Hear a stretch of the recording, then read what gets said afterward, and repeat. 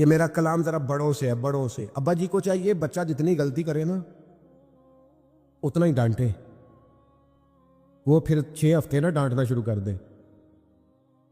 استاد صاحب کو چاہیے کہ جتنی بچے کی کمزوری ہے نا، مجھے پتہ ہے سب سے زیادہ کس بات سے تکلیف ہوتی ہے۔ آپ کے بچے نے غلطی کی ہے، آپ اپنے بچے کو ڈانٹ لیں، سمجھا لیں، آپ کسی اور کے سامنے اس کی تذلیل کبھی نہ کریں، یہ زیادتی والی بات ہے۔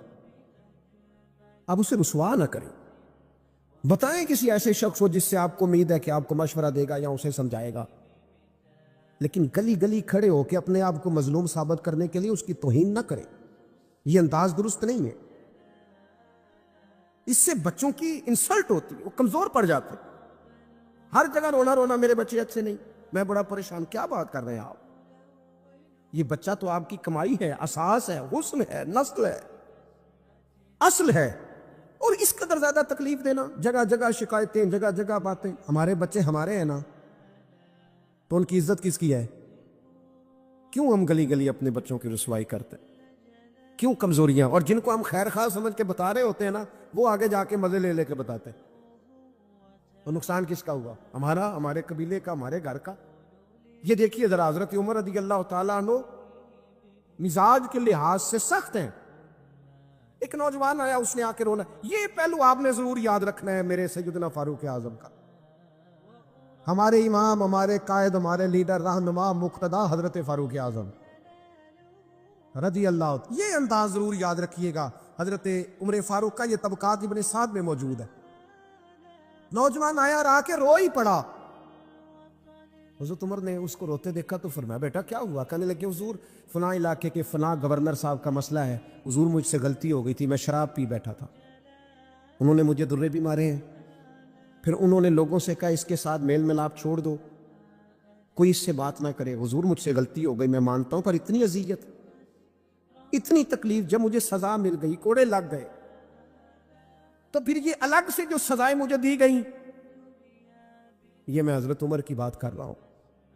میں نے جب یہ پڑھا تھا تو میں رو پڑا تھا۔ حضرت فاروق اعظم نے اس نوجوان کی بات سنی، سنو میں کیا کہہ رہا ہوں، اس گناہگار کی بات سنی، اس گناہگار کی بات سنی تو حضرت عمر رو پڑے اور فرمایا، بلاؤ نا ان گورنر صاحب کو۔ وہ بھی بڑے سمجھدار، باوقار، بڑے آدمی تھے، بلایا اور بلا کے فرمایا، آپ کا اس جرم پر غصہ بالکل ٹھیک، لیکن آپ کو کس نے اجازت دی کہ آپ اسے اتنی تکلیف دیں؟ آپ نے کوڑے مار لیے جو سزا بنتی تھی، اور پھر آپ نے کیوں کر کے لوگوں سے کہا اس سے ملنا جلنا چھوڑ دیں؟ فرمایا، اب میں آپ کو حکمن کہتا ہوں، اگر آج کے بعد آپ نے کوئی ایسا کام کیا تو میں آپ کو سزا دوں گا۔ فرمانے لگے، آپ نے کہا تھا نا لوگ ان سے ملے جلے نہ۔ فرمایا، اب آپ ہی لوگوں سے کہیں ان سے ملاقات شروع کریں۔ جب انہوں نے توبہ کر لی، اپنا گناہ مان لیا، جب اقرار کر لیا، معافی مانگ لی، اب سزا کا کیا معنی ہوا؟ اب تکلیف کا کیا معنی ہوا؟ سیدنا فاروق اعظم رضی اللہ تعالیٰ عنہ فرمانے لگے، اگر یہ سچی توبہ کر لے تو پھر تو ان کی گواہی بھی قبول کی جائے۔ لوگ تبصرے کر رہے ہوتے، تکالیف دے رہے ہوتے، آزمائشوں میں ڈال رہے ہوتے، طرح طرح کی باتیں سنا رہے ہوتے، خدا را یہ نہ کرے، پیار کرے، محبت کرے، کسی کا دکھ بانٹے۔ کئی دفعہ نا ہمارے کہہ دینے سے کسی کا مسئلہ حل ہو جاتا ہے، 2 جملے بول دینے سے کسی کا مسئلہ، لیکن ہم نے بھی ایک پکا جملہ پکڑا ہوا ہے، کسانوں کی لگے، میرا کی فائدہ، میں کیوں کراں؟ او بھائی، میرے ابا جی کہا کرتے تھے، کبھی کبھی نا پڑوسیوں کے گھر کی آگ اس لیے بھی بجھا دینی چاہیے کہ وہاں نہ بجھی تو کہیں ہمارے گھر بھی نہ آ جائے۔ اس نیت سے کسی کا مسئلہ حل کر دو، لیکن لوگ یہ بھی کرنے کو تیار، مفاد پرستی بڑی عام ہو گئی ہے، خود غرضی بڑی عام ہو گئی۔ ہمارے ہاں لوگوں کو سکھا دیا گیا ہے کہ اپنا نفع پورا کرو جیسے بھی ہوتا ہے۔ اچھی طرح سمجھ لینا، کسی کے بچوں کا حق چھین کے اپنے گھر میں لاؤ گے تو کبھی روشنی نہیں ہوگی۔ کسی کا گھر لوٹ کے اپنے گھر لاؤ گے تو پیسے تو آ جائیں گے، ہو سکتا ہے مہنگی مہنگی چیزیں بھی آ جائیں، پر سکون نہیں آئے گا، اطمینان نہیں آئے گا۔ یہ کیسے ہو سکتا ہے کوئی تیری وجہ سے روئے اور تو ہنسے؟ یہ ممکن نہیں ہوتا۔ وما اصابکم من مصیبت فبما کسبت ایدیکم، اللہ فرماتا ہے تمہیں جو مصیبتیں پہنچتی ہیں تمہارے ہاتھوں کی قسم کی وجہ سے پہنچتی ہے، وَيَعْفُو عَنْ كَثِيرٍ، بہت ساری باتیں تو اللہ معاف کر دیتا ہے۔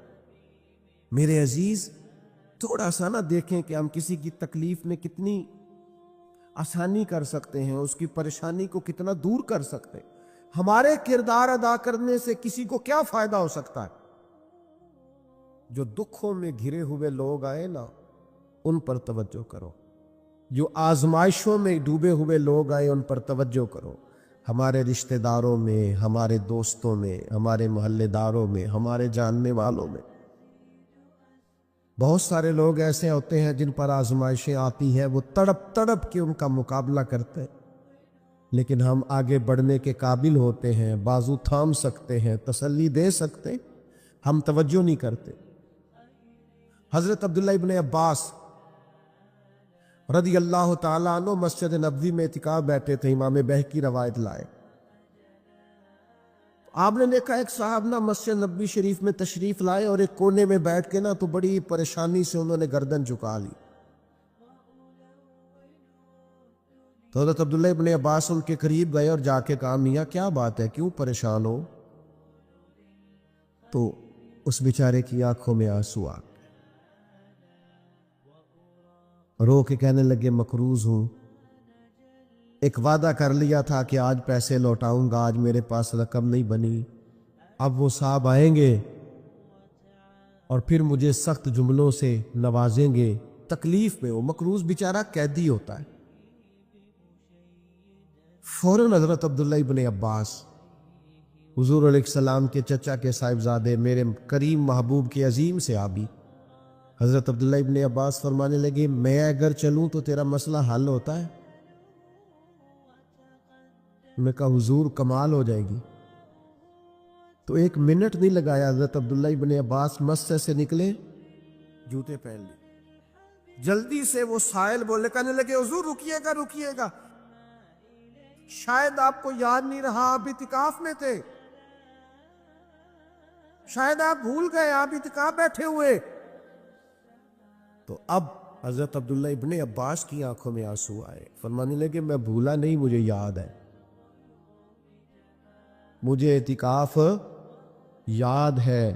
اور پھر حضور کی قبر نور کی طرف اشارہ کر کے کہنے لگے ابھی زیادہ دیر نہیں ہوئی کہ میں نے اس مزار میں آرام فرما محبوب سے خود سنا ہے کہ جو کسی بھائی کی مشکل میں اس کے لیے آسانی کر دے گا، اللہ 10 اعتکاف کرنے سے زیادہ ثواب عطا کرے گا۔ تو ایک کا ثواب لوں کہ 10 کا لوں؟ میں تیرے ساتھ چلتا ہوں تاکہ مجھے بڑے اعتکاف کا ثواب ملے۔ یہ وہ تعلیمات ہیں جو نبی کریم نے عطا کی ہیں، یہ وہ تعلیمات ہیں۔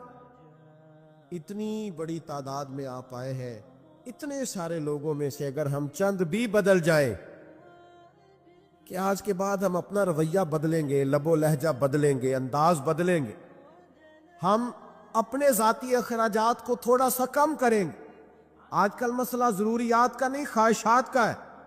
کھانا تو سب کیا چلتا ہے، لیکن مسئلہ یہ ہے کہ اچھا کھانا پکا ہوئے بھی ہو تو رات کو فاسٹ فوڈ کھانا ہے، کپڑے بہترین ہیں، پھٹے نہیں، کچھ بھی نہیں، لیکن یہ کہ ڈیزائن بدل گیا ہے، لیکن یہ کہ میں پہلے بھی پہن کے فلاں جگہ پہ گیا تھا، لیکن یہ کہ وہ کیا کہے گا کہ اس کے پاس ایک ہی جوتے ہیں، ساری زندگی بندے راضی کرنے پہ لگا دی اور وہ پھر راضی نہیں ہوئے۔ کچھ ٹائم لگا رب رسول کو راضی کرنے پر، کچھ دیر کے لیے اللہ کی رضا والے کام بھی کر، تو تھک گیا ہے بندوں کو مطمئن کرتے کرتے، کچھ نہیں بنا۔ کچھ لوگوں کو شوق ہوتا ہے نا میں مشہور ہو جاؤں، میرا نام ہو جائے، تو آپ جتنی مرضی تصویریں کھینچ لیں نہیں مشہور ہو سکتے، یہ تبھی ہوگا جب کریم چاہے گا۔ ان الذین آمنوا وعملوا الصالحات سیجعل لهم الرحمن ودا، رب کہتا ہے جو ایمان لانے کے بعد نیک عمل کریں گے میں لوگوں کے دلوں میں محبت پیدا کر دوں گا۔ یہ کوئی وجہ ہوتی ہے، یہ کوئی حکمت ہوتی، یہ کوئی سبب ہوتا ہے۔ اللہ تعالیٰ ہمیں معاف کرے اور ہمارے حال پہ رحم کرے، ہم اس کے بڑے عاجز بندے ہیں، لیکن لوگوں سے نہ عزتیں چاہے، ایسے کام نہ کریں۔ آج کل آپ یقین کریں بعض وضعدار لوگ بھی سوشل میڈیا پہ وہ حرکتیں کرتے ہیں مشہور ہونے کے لیے جو چہرہ دیکھ کے لگتا ہے کہ یار تجھے تو یہ زیبا نہیں تھا، تجھے تو یہ نہیں کرنا چاہیے تھا۔ خدا مجھے ایسی خدائی نہ دے کہ اپنے سوا کچھ دکھائی نہ دے۔ اپنے آپ کو بدلنا، اپنے اندر تبدیلی، ایسا ہونا چاہیے، مومن کی شان ہونی چاہیے کہ وہ کبھی کسی دکھی کو دیکھے تو اسے دکھ ہو، کسی آزمائش والے کو دیکھے تو اسے پریشانی ہو۔ مومن کا دل نرم ہونا چاہیے، وہ کسی شخص کی طرف دیکھے تو اسے احساس پیدا ہو۔ یہ کیا بات ہوئی کہ وہ جناب ساری آزمائشیں دیکھتا رہے، دکھ دیکھتا رہے اور اپنی موج میں بھی لگا رہے۔ تھوڑا سا دیکھیں، قبیلہ مدر کے کچھ لوگ نا، یہ نسائی شریف میں حدیث موجود ہے، قبیلہ مدر کے کچھ لوگ حضور کی بارگاہ میں آئے تھے، ان کے بدن پہ کپڑے بھی زیادہ نہیں تھے، پیروں میں جوتے بھی نہیں تھے، اور بھوک سے بھی ان کی بڑی بری حالت تھی۔ تو صحابہ فرماتے ہیں ان کے چہرے دیکھ کر نبی کریم پریشان ہو، ان دکھیوں کو دیکھ کر۔ میں آپ کو ذمہ داری سے کہتا ہوں، ہم دکھیوں کو دیکھ کر دکھی نہیں ہوتے، ہم تھوڑی دیر تبصرہ کرتے ہیں، ہم کہتے ہیں یہ میری مان لیتا تو ٹھیک رہتا، بجائے اشک شوئی کرنے کے تبصرہ کرتے، انٹرویو کرتے، بار بار بیک گراؤنڈ کی طرف معاذ اللہ بھاگتے، یہ ڈھونڈو تلاش کرو مسئلہ کیا ہے۔ کہتے ہیں حضور نے ان کو دیکھا تو نبی پاک پریشان ہو گئے، اور پھر حضور اندر تشریف لے گئے، پھر باہر آئے اور کریم نے فرمایا بلال اذان پڑھو۔ حضرت بلال نے اذان دی، نبی کریم نے جماعت کرائی، پھر حضور نے خطبہ دیا، اور پھر صحابہ کی توجہ دلائی کہ اپنے بھائیوں کی مدد کرو، ان کے ساتھ تعاون کرو، آگے بڑھو۔ پھر کوئی اشرفیوں کی تھیلی لایا، کوئی کھانا لایا، یہ سیاستہ کی روایت عرض کر رہا، کوئی کمبل لایا، کوئی شہد لایا، کوئی سرکہ لایا۔ حدیث کے لفظ یہ ہے کہ وہ غریب جب کھانا لے کر، چیزیں پا کر وہ غریب خوش ہو گئے تو میرے نبی پاک کا چہرہ بھی خوشی سے جگمگا اٹھا، حضور بھی راضی ہو گئے کہ ان غریبوں کا بھلا ہو گیا، ان کے لیے آسانی ہوگی۔ بھائی آپ اشک شوئی کر کے خوش ہو، دکھوں کا مداوع کر کے راضی ہو، ہم گردنیں جھکا کے راضی ہوتے، ہم کہتے ہیں پھر پتہ لگا سنا کیتیاں سنا معذرتا میرے کو لو، پھر اتنے منگیاں سنا معافیاں، یہ کوئی مزے کی بات ہے؟ یہ کوئی لطف کی بات ہے؟ گردنیں جھکا کے خوش ہو رہے۔ حضور کے سامنے تو جب قریش مکہ نے فتح مکہ کے دن گردنیں جھکا دی تھی نا، اس دن بھی میرے کریم نے فرمایا تھا جاؤ تم سے دوسری بات ہی کوئی نہیں کرنی، تمہارے ظلموں کا کوئی صفحہ الٹنا ہی نہیں، جاؤ میں نے تمہیں معاف کیا۔ تو یاد رکھیے گا کہ اللہ تبارک و تعالیٰ نے نبی پاک علیہ الصلوۃ والسلام کو اس دور میں مبعوث فرمایا جب چاروں طرف آزمائش تھی، گھٹن تھی، پریشانی تھی، تکلیف تھی، لوگ بہت سخت آزمائش کا شکار تھے۔ تو ظاہر ہے بڑی جلدی تو انہوں نے ٹھیک ہونا نہیں تھا، بڑی جلدی تو ساری چیزیں بدل نہیں جایا کرتی۔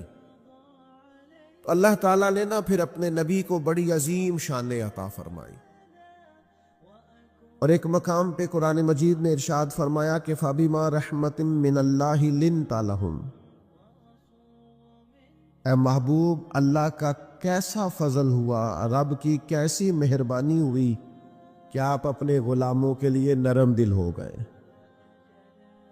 وَلَوْ كُنْتَ فَظًّا غَلِيظَ الْقَلْبِ، اگر آپ تند مزاج ہوتے، سخت دل ہوتے، اگر تند مزاج اور سخت دل ہوتے، لَانْفَضُّوا مِنْ حَوْلِكَ، تو یہ آپ کے گرد سے پریشان ہو کر بکھر جاتے۔ آپ کے مزاج کے اندر، آپ کی طبیعت کے اندر جو اللہ نے نرمی رکھی ہے، آپ کے دل کے اندر جو دوسروں کے لیے درد رکھا ہے، آپ کی طبیعت کے اندر جو دوسروں کے لیے احساس رکھا ہے۔ عزیز بھائیو، آپ کو پتہ ہے کہ کسی کا احساس صرف یہ نہیں ہوتا کہ اس کو پیسوں کی ضرورت ہے تو پیسے دے دیے جائے، کسی کا احساس صرف یہی نہیں ہوتا کہ اس شخص کو نوکری کی ضرورت ہے تو اسے نوکری دلا دی جائے، صرف یہی احساس نہیں ہوتا کہ وہ شخص پریشان ہے تو اس کا دکھ سن لیا جائے۔ یاد رکھیے گا، گمراہ کو رستہ دکھانا بھی بہت بڑی نیکی ہے۔ جس کا ذہن وسوسوں کا شکار ہو اسے یقین کامل کی طرف لانا، یہ بھی بہت بڑی نیکی۔ جب انسان بدخلق ہو جائے، وہ ماں سے بھی سختی سے بات کرے، باپ سے بھی تلخی سے بات کرے، وہ اپنے بال بچوں پر بھی سختی کرے، اس کے لب و لہجے اس طرح کے ہو جائیں کہ سب اس سے پریشان ہو، تو اس شخص کو مروت والا بنا دینا، اخلاق والا بنا دینا، اسے اعلیٰ اسلوب والا بنا دینا، یہ بھی اس کے ساتھ بہت بڑا پیار ہے۔ میرے نبی کریم کا کمال پتہ کیا ہے؟ رسول پاک علیہ السلام نے اس طرح کا رنگ دکھایا ہے کہ جو گمراہ تھے نا، وہ دوسروں کو ہدایت کی طرف متوجہ کرنے والے بن گئے، خود نہ تھے جو راہ پر اوروں کے ہادی ہو گئے، جن کی وجہ سے ان کے گھر والے تکلیف کا شکار تھے، آزمائش کا شکار تھے، ان سب کو نبی پاک علیہ السلام نے اپنے اہل خانہ کے ساتھ محبت کرنے والا بنا دیا۔ اور اس طرح کے انداز حضور نے بتائے، اس طرح کے طور طریقے سکھائے، اس طرح کا نبی پاک علیہ السلام نے لوگوں کو سمجھا دیا، سکھا دیا۔ یعنی ایک شخص نے آ کے عرض کیا، یا رسول اللہ میں جہاد پہ جانا چاہتا ہوں، تو حضور علیہ السلام نے اس سے فرمایا، تیرے ماں باپ حیات ہیں؟ یا رسول اللہ ہے۔ فرمایا، تو گھر جا کے ان کی خدمت کر، گھر بیٹھے بیٹھے ہی اللہ تجھے جہاد کا ثواب عطا فرمائے۔ میرے پاس ایک بچہ آیا، کچھ لوگوں کا درد انسان کو درد مند کر دیتا ہے۔ MBA اس بچے کی تعلیم، بڑا قابل نوجوان، اور لب و لہجے میں بڑی شائستگی، گفتگو میں بڑا دھیما پن، لگتا ہے کہ تعلیم نے اثر دکھایا ہے، لفظوں کے گورکھ دھندے میں نہیں رہا، اس نے کچھ سیکھا بھی ہے کتابوں سے۔ اس نے ایک مسئلہ پوچھا، کہنے لگا اگر کوئی والد ساری جائیداد اپنی بیوی کے نام کرا دے تو اولاد کے لیے کیا حکم ہے اس میں؟ تو میں نے کہا کہ وہ اللہ کو جواب دے گا، اولاد سختی تو نہیں کر سکتی، لیکن اس کو چاہیے نہ تھا ایسا کرتا، اس لیے کہ نبی پاک علیہ السلام نے فرمایا، فاتقوا اللہ فاعدلوا اولادکم، اللہ سے ڈرو، اپنی اولاد میں انصاف کرو۔ تو میں نے اس کو کہا کہ یہ آپ نے کس طرح کا مسئلہ پوچھا ہے؟ کوئی شخص اپنی ساری جائیداد کسی کی بیوی کے نام کرا دے، تو میں نے کہا کہ جو اس کی بیوی ہوگی وہ آپ کی اماں بھی تو ہوگی نا۔ شائستہ نوجوان تھا، اچھا تھا، وہ میری بات کا غصہ کر گیا، کہنے لگا آپ سے تو امید نہیں تھی کہ آپ پوچھیں گے، آپ نے بھی پوچھ لیا۔ تو مجھے احساس ہوا کہ یار نہیں پوچھنا چاہیے تھا۔ میں نے کہا یار آپ تو بڑے ناراض ہو گئے، میں اگر آپ کو ایسی بات ہے تو معذرت کرتا ہوں۔ تو وہ شخص رونے لگ گیا، اور جب اس نے بات سنائی تو اس بیچارے کا وجود کہاں پر تھا، کہنے لگا ابا نے پچھلی عمر میں شادی کر لی ہے۔ تو میں نے کہا اس کو اللہ رسول اجازت دیتے ہیں؟ تو آپ کہنے لگا جی وہ تو بات ٹھیک ہے، پر کچھ ایسی باتیں سامنے آئی ہیں کہ جو سامنے نہیں آنی چاہیے تھی۔ حضرت جی میں جوان ہوں،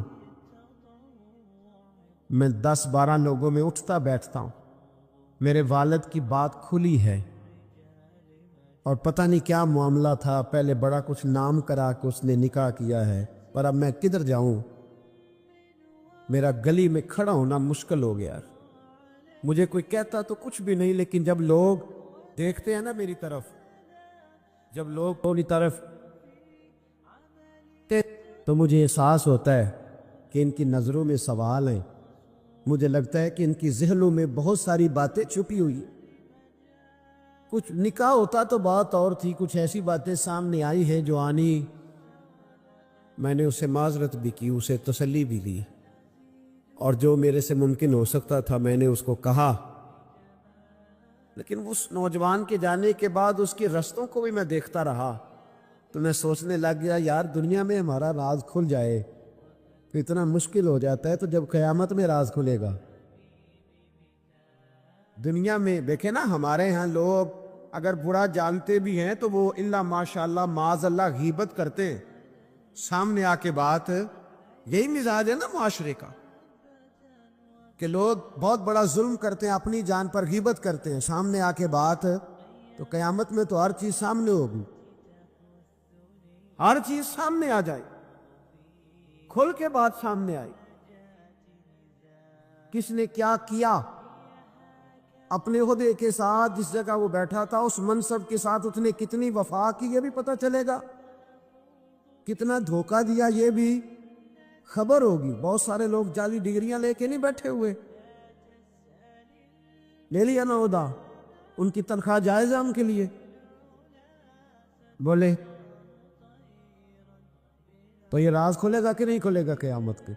حد ہو گئی اس ملک کے اندر کہ یہ 1 درجن بندے کی بات نہیں، یہ 1.5 درجن بندہ نہیں، یہ تو کیا بتائیں۔ اور ہم دنیا میں اپنا کون سا منہ لوگوں کے سامنے کریں کہ یہ ایک لائن ہے لمبی، ڈگری جعلی، کاغذ کا ایک ٹکڑا لیا تو وہ بھی جعلی۔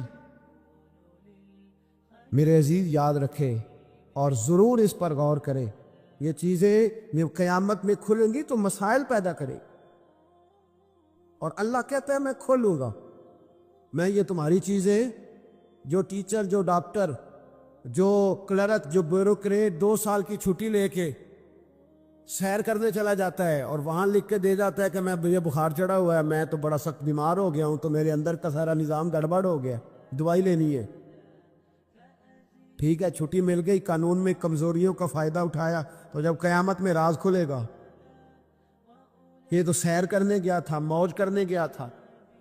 یہاں تو لوگ نوکری لے کے خوشحال ہو جاتے ہیں، کہتے ہیں جی اللہ کا بڑا فضل ہے، میں 2 گھنٹے جاتا ہوں۔ میں نے کہا فضل نہیں، یہ آزمائش ہے، یہ شرم والی بات ہے جو دلیری سے تو کہہ رہا ہے، یہ شرم حیا والی بات ہے۔ تو 8 گھنٹے کی، میں نے پہلے بھی بتایا تھا، محدث اعظم پاکستان حضرت مولانا سردار احمد صاحب رحمۃ اللہ تعالیٰ علیہ ایک استاد کو رکھنے لگے ادارے میں پڑھانے کے لیے۔ استاد کے ساتھ وظیفہ طے ہوا، سمجھ لے کہ 10,000 روپیہ تجھے ماہانہ دیں گے، صبح 8 بجے سے لے کر 1 بجے تک تو نے پڑھانا ہے۔ استاد نے سائن کر دیے پڑھاؤں گا، تو آپ فرمانے لگے استاد جی آپ روٹی نہیں کھائیں گے اس دوران؟ پیشاب نہیں آئے گا آپ کو؟ پانی نہیں پیئیں گے؟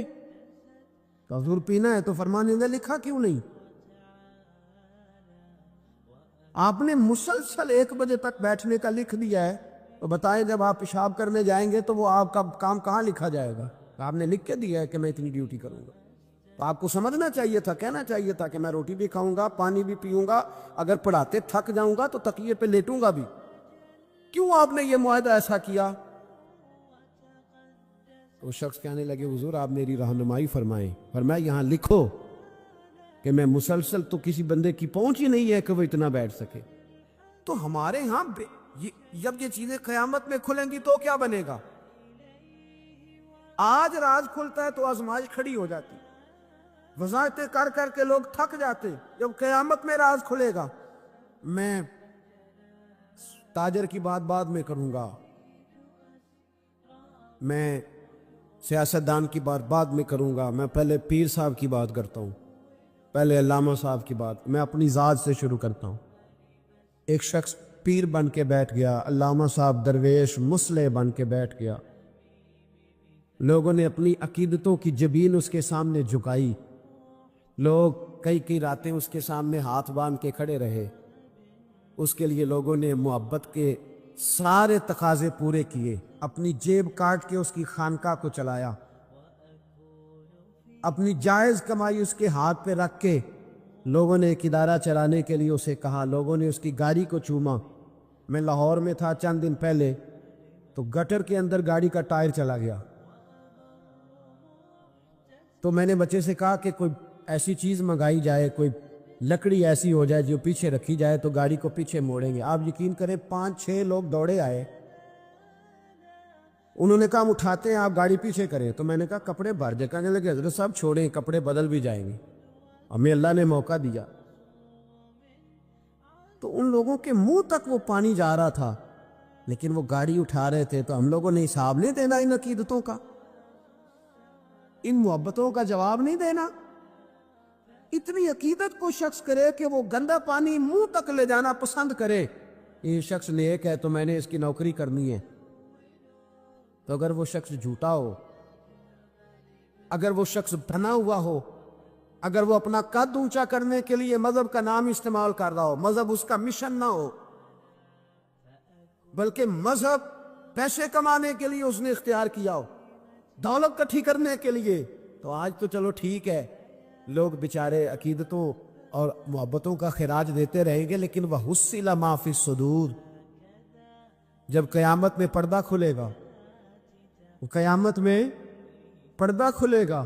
میں نے کہا تھا کچھ جمعے پہلے، پھر بات دہراتا ہوں، ایک درویش شخص ہیں، وہ کہتے ہیں میں زندگی میں کبھی نہیں کام پا، پر ایک طوائف مجھ پہ راشا طاری کر گئی، طوائف، کہتے ہیں میں نے جبہ کبہ پہنا تھا، طوائف میرے پاس سے گزر رہی تھی، تو میں نے اس کو کہا کہ بچے باز آ جا، اللہ اللہ کیا کر، چھوڑ دے۔ تو اس نے نقاب آگے کر لیا، کہنے لگی بابا میں تو آپ کی بات پر عمل کروں گی، پر ایک جملہ کہنے کی اجازت ہے؟ تو میں نے کہا بیٹی کہہ لو۔ تو کہنے لگی بابا میں تو جو نظر آ رہی ہوں نا وہی ہوں، جو نظر آتی ہے وہی کہلاتی ہوں، تو بتا تو جو کہلاتا ہے وہ جو نظر آتا ہے وہی کہلاتا ہے کہ کچھ اور بھی ہے؟ تو کہلاتا کچھ ہے اور بنا ہوا ہے کچھ اور، تو بھی دیکھ کے تو وہی ہے جو تو کہلاتا ہے۔ کیا حساب نہیں دینا لوگوں نے؟ باہر نہیں آئیں گی یہ ساری چیزیں؟ تمہیں بڑا دھوکہ، اور کوئی چیز نہیں ملی استعمال کرنے کو۔ جب الیکشن آیا تو اسلام زندہ باد، جب الیکشن آیا تو اسلام زندہ باد، اور اس کے نام پہ ووٹ اور اس کے نام پہ سارا کچھ، اور جب تھوڑا سا اللہ تعالیٰ خیر فرمائے حالات بدل گئے، 2-3 سیٹیں مل گئیں، تو پھر کسی بھی حکومت کے پاس جا کے 2 وزارتیں لے لی۔ میرے پاس بھی لوگ آتے رہتے ہیں، ہماری قوم کو سب کو سیاستدان بنا دیا گیا ہے، اس طرح سیاستدان کا کوئی پتہ نہیں نا کس پارٹی کا ہے، اس طرح عوام کا بھی اب یہ سارا نفاق ان لوگوں نے برپا کیا ہے، یہ ان لوگوں نے لوگوں میں بات اچھالی ہے، لوگ بھی اس کو بھی کہہ دیتے ہیں تیرے ساتھ ہیں، اس کو بھی کہہ دیتے ہیں، کیا کریں ان کے شر سے بچنے کے لیے ایسا کر، ورنہ شر پھیلاتے ہیں گل۔ ایک صاحب میرے پاس آ گئے، اب جب آپ کے پاس کوئی شخص آتا ہے تو آپ دروازہ تھوڑی بند کر سکتے ہیں، آ گئے ملنے کے لیے، انہوں نے آ کے نہ موبائل نکالا، کہنے لگے 100 سے زیادہ تقریریں ہیں آپ کی تقریر سنے بغیر میں سوتا نہیں، آئے سیاسی مقصد کے لیے، میں آپ کی تقریر سنتا ہوں۔ میں نے کہا اللہ آپ کو جزائے خیر دے، مجھے تو پوری دنیا سے لوگ کہتے ہیں تقریر سنتا ہوں، چلے مہربانی ہے، مجھے تب فائدہ جب کوئی تقریر سن کے اثر بھی کرے، تو چلے خیر آپ کہہ رہے ہیں تو اچھی بات ہے۔ انہوں نے اس پر اور تھوڑا زور دینا شروع کیا، تو کئی دفعہ نا تکلیف ہوتی ہے کہ یار آپ کیا سمجھتے ہیں سامنے والا پاگل ہے، بیوقوف ہے، اور جو ساتھ لے کے آنے والے ہوتے ہیں وہ بھی خیال نہیں کرتے ہم کیا کہہ رہے ہیں، آپ پاگل سمجھ رہے ہیں سامنے والے کو کہ آپ جھوٹی تعریف کریں گے سامنے والا مان جائے گا؟ ڈرنا چاہیے اللہ تعالیٰ سے۔ یہ بڑی تقریر، آپ وہ جو آپ نے ایک موقع پہ کہا تھا، میں نے اسے کہا، میں نے کہا صاحب آپ نے 10 دفعہ کہا ہے تو میں نے سن لیا ہے، لیکن مجھے 1% بھی خوشی نہیں کہ آپ مجھے سنتے، یہ کام آپ الیکشن کے بعد آ کے میرے ساتھ کرتے ہو تو مجھے بڑی خوشی ہوتی، مجھے تسلی ہوتی کہ آپ واقعی مجھے سنتے ہیں۔ یہ کیا بات ہوئی؟ پتہ نہیں اب آپ کس کس کو جا کے یہ کہیں گے، کس کس کے ساتھ آپ یہ زاویہ نگاہ لگائیں گے، جو تجھے دیکھ کے پھر کسی اور کو بھی دیکھے، جو تجھے دیکھ کے پھر کسی اور کو بھی دیکھے، تماشائی ہے وہ طالب دیدار نہیں۔ تو میں نے کہا آپ تماشائی بن کے نہ آئے، مہربانی فرمائیں، جائیں کہیں اور جا کے، کیا سمجھا ہے لوگوں نے، جس طرح کا موڈ آئے گا جس کے ساتھ آپ جائیں گے۔ اب تو اتنا ماحول عجیب ہو گیا، پہلے کو کسی بزرگ سے ملتا تھا نا، کسی کو نیک سمجھ کے تو کہتا تھا حضرت میرے لیے دعا کرنا، اب کو ملتا ہے تو کہتا ہے حضرت یا انہاں دیکھا جے تہاڈی سیلفی لینی ہے۔ یہ کون سا دین کو، آپ مذہب کے نام پہ بھی وہی ملمہ سازی، وہی بناوٹ۔ تو جب راز کھلے گا، وَحُصِّلَ مَا فِی الصُّدُورِ، جب سینوں کی چیزیں باہر آئی، میں کہتا ہوں آج راز کھل جائے، مشکل ہو جاتا ہے، لوگ وضاحتیں دیتے پھرتے، جب قیامت میں راز کھلیں گے سب سے پہلے دیندار شخص کو دیکھنا چاہیے. میرے نبی پاک علیہ السلام نے فرمایا سب سے پہلے جہنم میں ریاکار عالم دین کو ڈالا جائے گا. عالم کو سب سے پہلے دوزخ میں ڈالا جائے گا، اس لیے کہ اس نے اپنا قد اونچا کرنے کے لیے دین کو ٹیشو پیپر بنایا.